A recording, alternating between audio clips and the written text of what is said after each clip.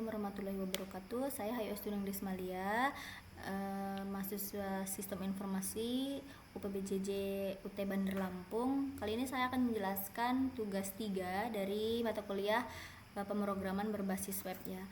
Nah, untuk tugas sebenarnya adalah hasil dari tambahan tugas 2 yang sebelumnya dan memiliki kriteria ya. Kriterianya yaitu mahasiswa dapat menerapkan sistem perorganisasian kode JavaScript framework Vue.js dengan memanfaatkan konsep view component dan view template.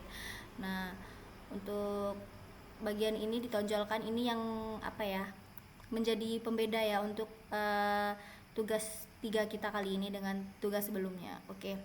Nah, untuk soalnya sendiri, pada tugas praktikum 2, kita sudah membuat beberapa fitur pada sistem bahan ajar universitas terbuka yang menggunakan Vue.js yang masih sederhana. Nah, sekarang tugas teman-teman itu merefaktor halaman web yang sudah dibuat menjadi custom elemen dalam bentuk view komponen dan template. Nah, ini dia struktur proyek view-nya. Untuk view komponennya ini, nah seperti ini ya teman-teman ya. Oke, saya kasih lihat untuk source code-nya ya. Nah, di bagian layout tracking. Nah, ini dia. Oke, teman-teman bisa lihat ya bagian sini untuk view komponennya, kodenya teman-teman bisa lihat ya. Nah,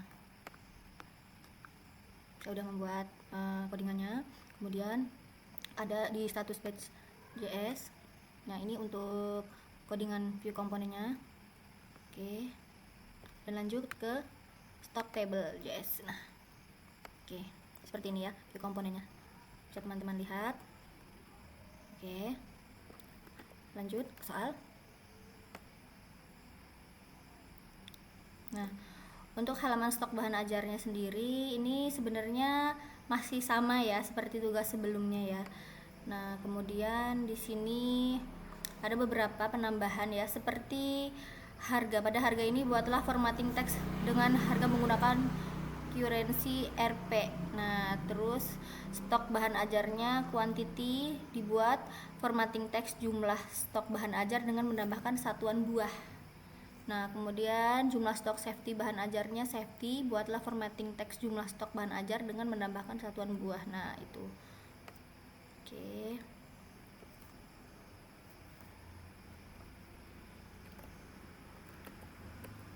Kita lihat di sistem ya. Nah, ini teman-teman bisa lihat ya. Nah, di sini di sistem informasi yang sudah kita buat itu sudah sesuai dengan yang diminta oleh soal ya nih. Kuantitinya dengan satuan buah, kemudian safety-nya juga dengan satuan buah ya. Oke.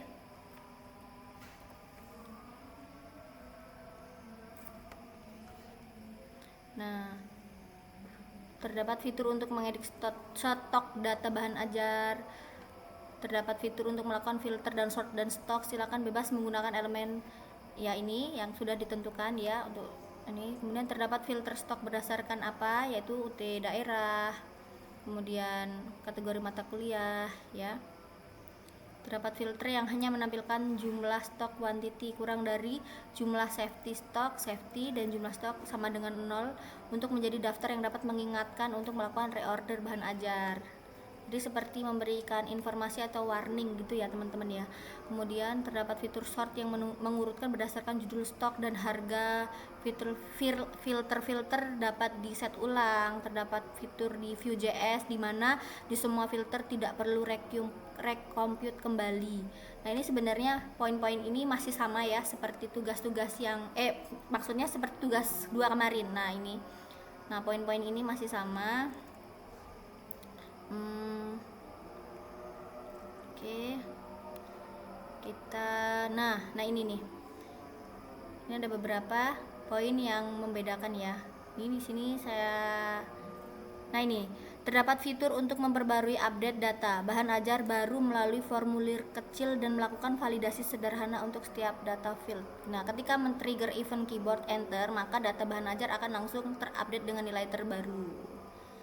Nah, kemudian terdapat fitur untuk menghapus data bahan ajar melalui event klik tombol icon delete.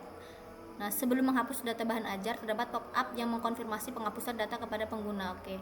Nah, ini kita buktikan ya di sistem kita.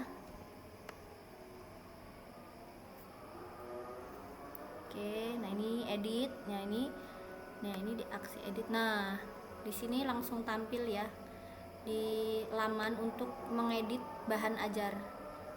Oke, nah misalkan kita akan mengedit di sini ya. Misalkan ini kita edit 23 misal. Kita enter.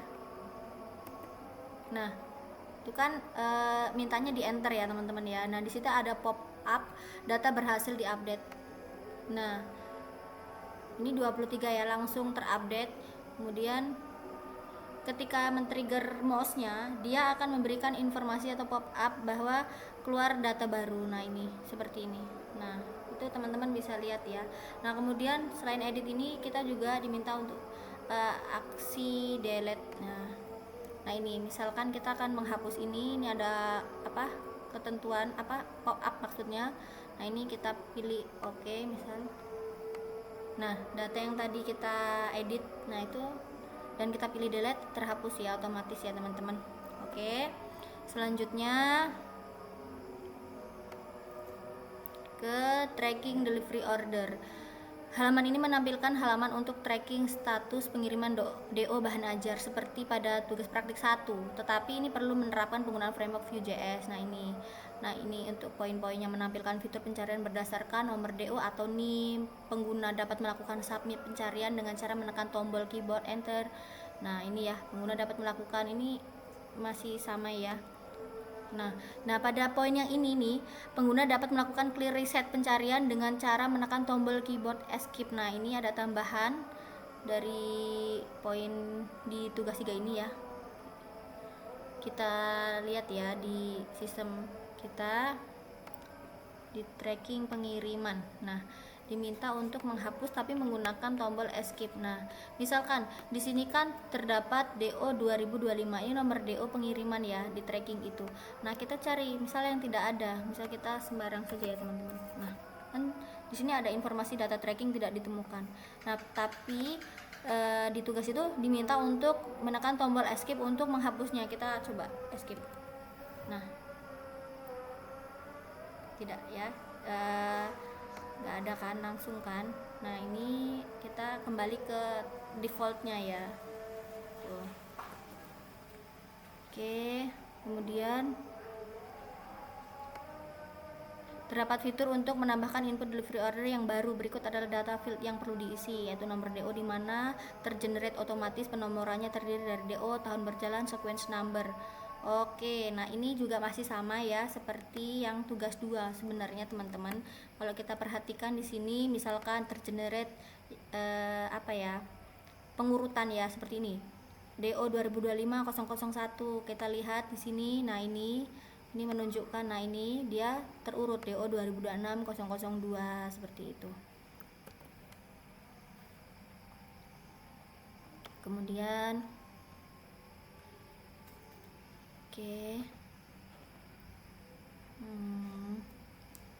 terdapat fitur untuk menambah status progres berjalan pengiriman. Data waktu diambil berdasarkan local time menggunakan date.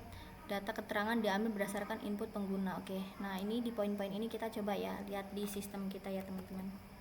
Coba kita masukkan, misalkan NIM saya ya 0564248867, kemudian nama saya ya. Oke.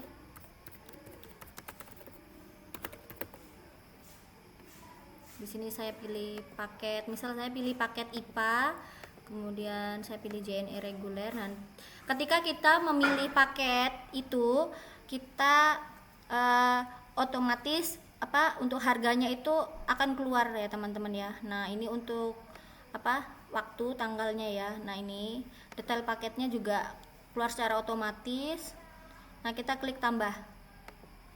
Nah, di sini ada pop up dan kita klik OK. Nah di sini udah namanya informasi yang kita input tadi sudah muncul ya nih dalam perjalanan DO dibuat sesuai real time tanggal, kemudian waktu ya. Nah, tapi di sini juga diminta untuk bisa menambahkan progres di tracking ini ya teman-teman ya. Misal ini kan DO dibuat, kemudian paket ada di mana ya, misalkan di transit DC Cakung. Nah, saya inputkan seperti ini ya. Nah, ini tambah progres. Nah, ini otomatis juga di sini ada keterangan dia akan berubah mengikuti apa yang progres itu tambahkan. Misalkan di Transit DC Cakung artinya paketnya sedang diproses, misalkan kemudian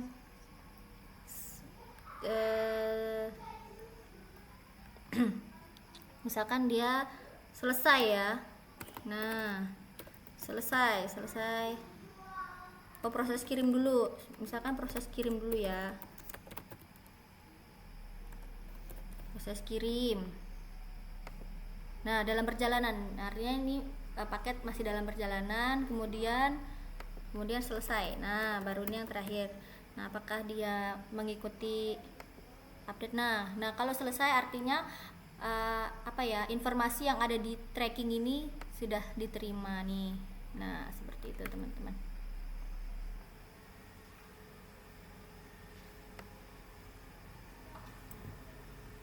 Nah, di sini juga ada beberapa poin ya dalam video penjelasan di praktik 3 ini, yaitu kriteria pertama itu arsitektur dan struktur proyek Vue.js, struktur foldernya, penamaan filenya, struktur komponen, menerapkan pemakaian view komponen dan template. Nah, ini kita cek ya. Nah, ini di sini. Nah, ini ya, dari sini saya sudah mengikuti sesuai yang ada di soal. Jadi ini udah pas ya, udah sesuai. Kemudian poin keduanya data binding, penggunaan data binding, directory array dan filter sebagai formatting data teks untuk list rendering, penggunaan fungsi menampilkan data. Nah, ini mustaches, vtext, vhtml dan fungsi data binding, vbind, vmodel ya. Ini yang tepat dan sesuai dengan output yang diharapkan untuk membuat daftar, menerapkan v-for untuk pengolahan data array. Nah, ini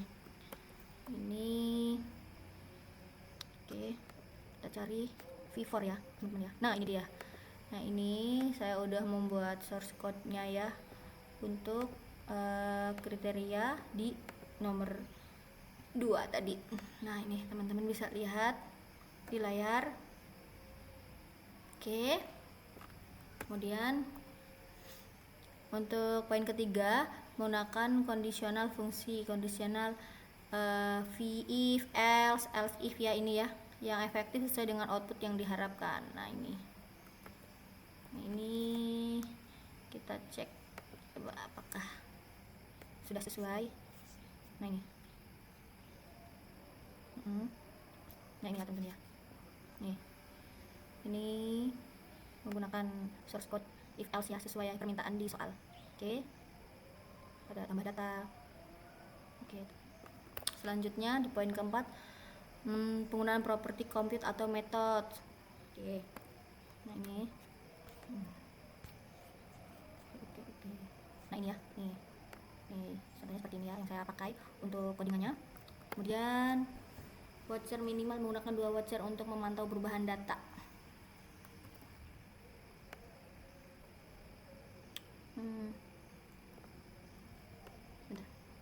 Watcher. Sebentar. Watch. Nah, ini ya teman-teman ya. Ini adalah source code-nya yang diminta menggunakan watcher sesuai permintaan soal ya. Jadi sudah sesuai. Kemudian formulir input dan validasi input sederhana serta penggunaan event handler melalui mouse dan keyboard. Nah, ini tadi sudah kita cek ya di sistem informasi yang kita buat. Nah, oke. Baik, itu saja yang dapat saya jelaskan. Kurang lebihnya saya mohon maaf. Saya akhiri. Wassalamualaikum warahmatullahi wabarakatuh.